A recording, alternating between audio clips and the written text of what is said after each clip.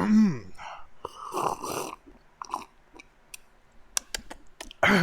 morning, class. Today we are learning the great subject of how to be a good commissar. We will be representing this game on a game called Gates of Hell Ostfront. If you don't know what the Ostfront is, please raise your hand. Yeah, interesting. I guess we'll start. So we are gonna play an example, and this example will show you exactly what to do. Now, first, this is a commissar who was in charge of an army, right? And his first orders were to move his men together. Now, usually this isn't that bad of an idea. Uh, Closer assaults, I guess you could say, usually sometimes work decent. Well, he was going to call an airstrike on the position before. Now, that's always a good idea. To soften up the enemy before you send in the troops, but that was expensive. But he was going to do it anyways. But who knows what was going to happen? Now, the airstrike was being called in, right? And well, he didn't use his map correctly and ended up calling the airstrike directly on top of his entire army. Now, usually they wouldn't care, but if you realize something bad drastically happened here, one of the tanks blew up into bombs. Well, they're expensive. So, of course, he was executed, but we'll get into that later. Shut up! Okay, that's a lot better. All right. Any questions? Anybody? Raise your hand. Raise your hand. Anyone? Anyone? Yeah, I do. Ah, yes. Wait a second. When did you get here? I've been here, and yeah, that checks out. Did you have a question to ask? Yeah. Why is it? Why is it every time you move the room changes, and why is the schoolroom not consistent with you? I don't want to talk about it. Okay, so we're looking a little cash short right now because the last commissary blew up everyone. So what we're gonna do is send a few people off to happy, funny camps. That are just a few people, right? Now these people will simply help us work to make money, and well, it'll all be fixed. Just you'll see the results. Now we had no money before. Now that we're in charge, we just send a few people to the fun, happy camps in Serbia, and we got plenty of money. Now this man is, well, you, the commissar. You are the general of this small army. Now, what you must do is plan your battles, fight your battles, and win your battles.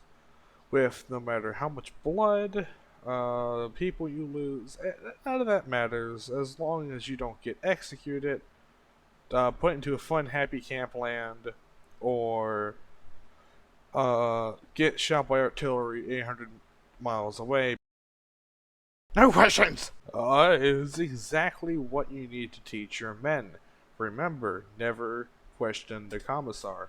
Your men must know this, but sadly they might not, because, well, they're ignorant, and also they're escaped convicts, and or captured convicts, either one, they're the same thing, really.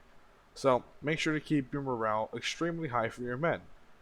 I don't know how to do that, but hey, just, you got it.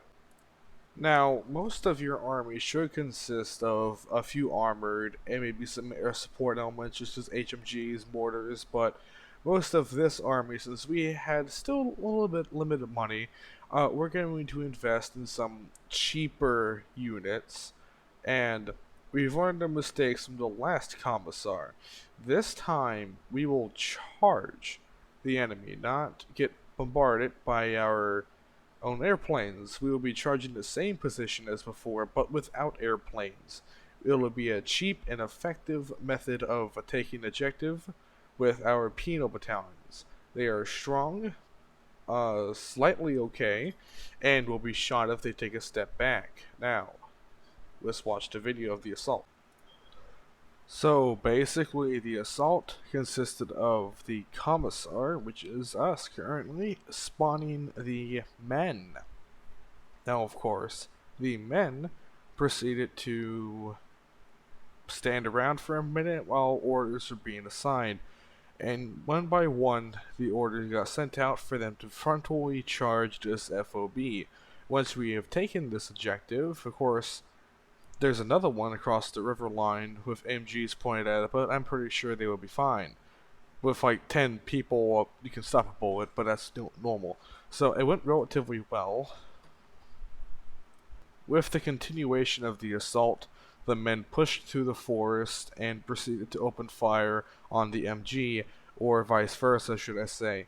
Now, the MG is working pretty good, it's trying, but it only has so much rounds, because the German MG42, or MG43, I can't really remember which that one was, it only has a 50 round magazine or a 200 round magazine, and the swarms of soldiers charging to the MG eventually overran it with only minimal losses of around 20-30 soldiers. This was pretty relatively good. Now, of course, the waves would have to get bigger as tanks and other people joined the battle, but for the first objective was taken very, very quickly. Do we have any questions at all? Anyone? Any questions? I wasn't talking to you! Alright, we're gonna continue to the second objective. And of course, the second objective, Flag E, was also very fortified and quite strong. Luckily, though, our forces were veteranized. They've seen war, finally, out of like war like home, but we don't talk about that war.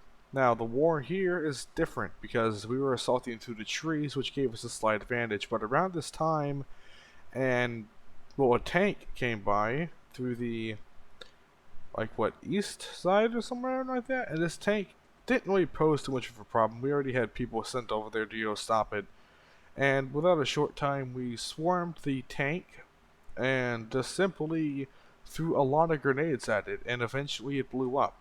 So that's something you gotta think about. If you want to blow up a tank, just send your soldiers to go charge at it and throw grenades at it. That usually will fix the problem. And then, of course, the squad leader had to gun down that man because he didn't throw a grenade fast enough. Now, of course, the soldiers kept charging into the battle, losing a pretty moderate amount of their company size, but that's why we sent reinforcements. And here comes that big old tank again, another one. So we did the same thing as before, except throw another grenade at it. Of course, a flamethrower set a lot of my men on fire on the second objective, but that didn't be too big of a problem. Of course, throwing grenades at tanks fixes everyone's problem, so just deal with that, it's fine. Now, the second objective was being stopped, and the commissar has decided to move up. Now, this is interesting because it improves morale to the friends of everyone. But of course, we got a freaking victory royale. Heck yeah, boys, we succeeded. Mission succeeded, boys. So, with this victory at hand, let us continue. Alright, everyone, the final battle. Today we are defending because they decided to do a counterattack. So, normally you would dig a trench, entrench in, and prepare defenses for an invasion of armored infantry, artillery.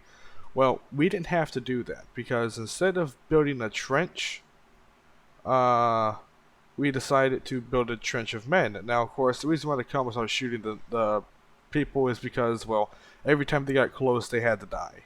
You can't get close to the commissar. It's a major crime, unless if the commissar permits it. But the commissar did not permit it, so that was a major problem. And he also shot most of them because they had way too much ammunition and they distributed it to everyone else. And that shot right there from the tank was a warning shot to make them remember where they were. It's for morale.